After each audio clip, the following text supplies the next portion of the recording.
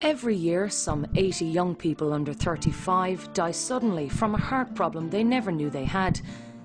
Their untimely deaths leave their families and friends traumatized and bewildered that someone so young or fit could be so cruelly taken from them so quickly. Yet it's estimated that up to 10,000 people in Ireland could carry the genes for inherited heart disease without knowing it. June the 19th, 1996 was a day that I'll never forget, and a day that changed our lives forever. That day, our youngest son, Peter, had just finished his junior cert, and he was looking forward to the summer ahead. He went to bed about 10:30. We'd chatted for a while before that, and to me he was perfectly healthy. But about 3:30 I heard a moan, and I went to investigate and found that he'd been sick. And when I stood him up, he said he couldn't see me. So we took off quickly, very quickly, to the hospital. And the nurse in charge, the sister in charge of casualty, put him up on a trolley. And he said, "I have a terrible pain in my chest."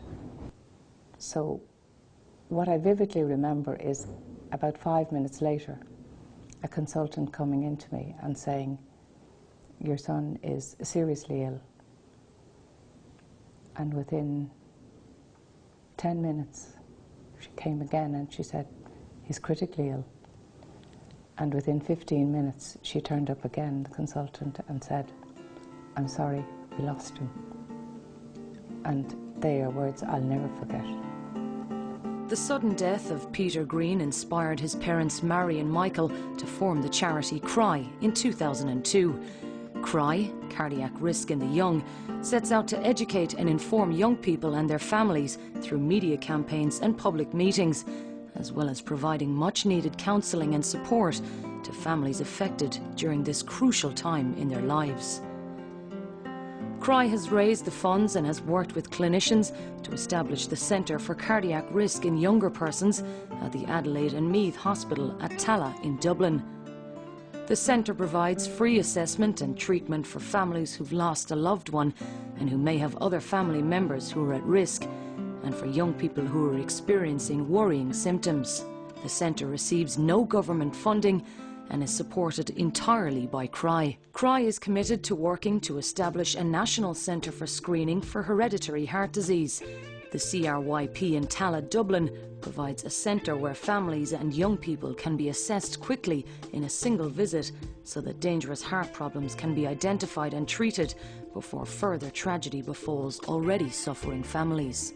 The previous model would have been where these people with a family history of sudden death from cardiac cause or from inherited cardiac conditions would be referred to a general cardiology outpatients. Maybe they would join a waiting list. They would be seen at a clinic with maybe 50 or 60 other people. They would see one doctor who would say, "Yes, you need the following tests." They would be sent off to book those tests, which would all occur on different days. Some of the waiting lists for some of the tests were over a year long, and then eventually all of that might be collated in a year or two's time, and they would see probably a different doctor who would try and put it all together. People come in here with a lot of fear and anxiety, so we need to be able to provide a rapid service. We need to have the expertise to be able to interpret the tests, and we need to be able to perform all the tests on the same day and give them immediate answers as to what we found, because the vast majority of people don't have a significant risk and can be reassured, and the difference that makes to them being able to actually go on with their lives, for parents to be able to sleep at night knowing that their other children are not also at risk of dying during the night, makes a huge difference. So we need to be able to answer that need, and that's really why we set the service up this way. The most basic test, I suppose, that we do is the ECG, and everybody who walks through the door will get an ECG, and that's just a tracing of the electrical activity in the heart. Very simply done. You just put 10 stickers on the chest, you hook them up to electrical cables that record what's going on inside, and it gives us a sort of fingerprint of what the heart is doing. Then most people will go on to have an echo test, which is an ultrasound of the heart, and that will tell us about the structure of the heart, any heart muscle disorders, holes in the heart, leaky valves, etc. And then people will usually go on to an exercise test. Again, we hook them up to the the ECG, so the stickers and the wires, and we monitor how their heart behaves when we start to exercise them quite hard, and we do push people quite hard here. And then the last thing that most people will have is a 24-hour heart rhythm monitor, where we hook them up to 5 stickers. We have these stickers here that we stick on their chest. There's 5 wires and a little recording box here. And that goes into a very convenient little man bag there that they sling over their shoulder, and they wear that for 24 hours. So during waking time and when they're asleep, it tells us exactly what their heart is doing. Is there a change in the tracing? Is there a change in the heart rhythm that they may not be aware of? CRY supports devastated families and provides vital treatment that saves lives.